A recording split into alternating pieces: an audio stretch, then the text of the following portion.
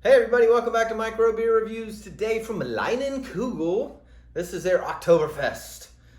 This beer comes out seasonally, obviously, with an Oktoberfest. It usually hits the shelf, usually about September. It's usually pretty hot still in climate when these do hit the shelves, but they last usually through November-ish. They kind of intertwine with a lot of the pumpkin beers that hit the shelves. So most Oktoberfests are have some sort of Märzen-style to them, German style to them. This one is definitely a case of that. Toasted malt flavors. They usually have what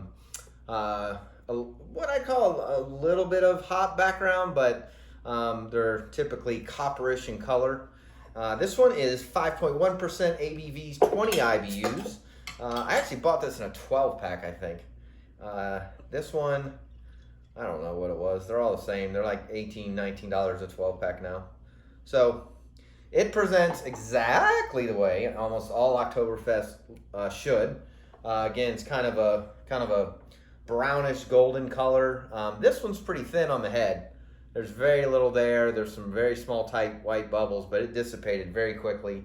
There's a little bit of carbonation, but I would call that very low on the carbonated side. And a lot of these are. Some of them aren't. Some of them are actually on the other extreme, but I would say more often than not, they're kind of thin like this. So they usually present much like a lager would. So this one's very German-esque in its malts. It's interesting, actually. It's got a little bit of spiciness to it almost, but overall it's kind of a boring aroma. So cheers, let's get in the glass.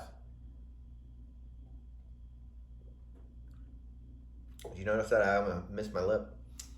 Wow! I would call this extremely thin on the palate.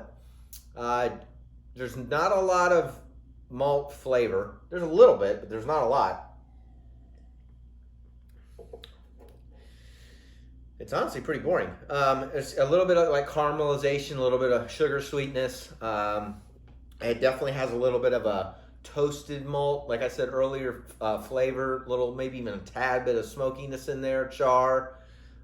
It's pretty boring though, and it's honestly really flat. So I haven't had this a massive amount of time.